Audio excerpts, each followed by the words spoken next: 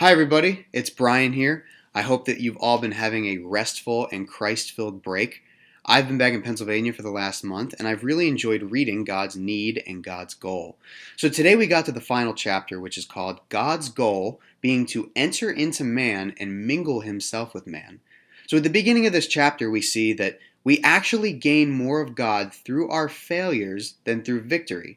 This is confusing at first because it might make you think, well, is God vindictive or malicious? Why would He just make me or allow me to fail? But what actually is going on here is that God allows us to fail so that in our failures we can experience more of His grace. See, in this chapter, Witness Lee writes, God's goal for man is not related to avoiding failure or to achieving victory. God's unique goal for His chosen ones is to enter into them and to mingle Himself with them. So here we really get down to the very essence of God's economy, that He would dispense His life into us continually so that we would have the life of God within us.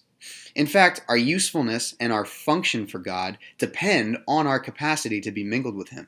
The more we're mingled, the more we can express Him, the more we can be useful for Him. And God's desire here is actually twofold. It's not enough that He would want to be in man, but He also wants man to be in God. See, whenever a Christian experiences salvation and experiences the Lord for the first time, they have the life of God within them, but they also then live within God. It wasn't good for God to be alone. All throughout eternity, God has been seeking a counterpart that He can find in man. Interestingly, the greatest example of God living in man is Jesus Christ Himself. For 33 and a half years, Jesus Christ lived on earth as a perfect man with the life of God within Him.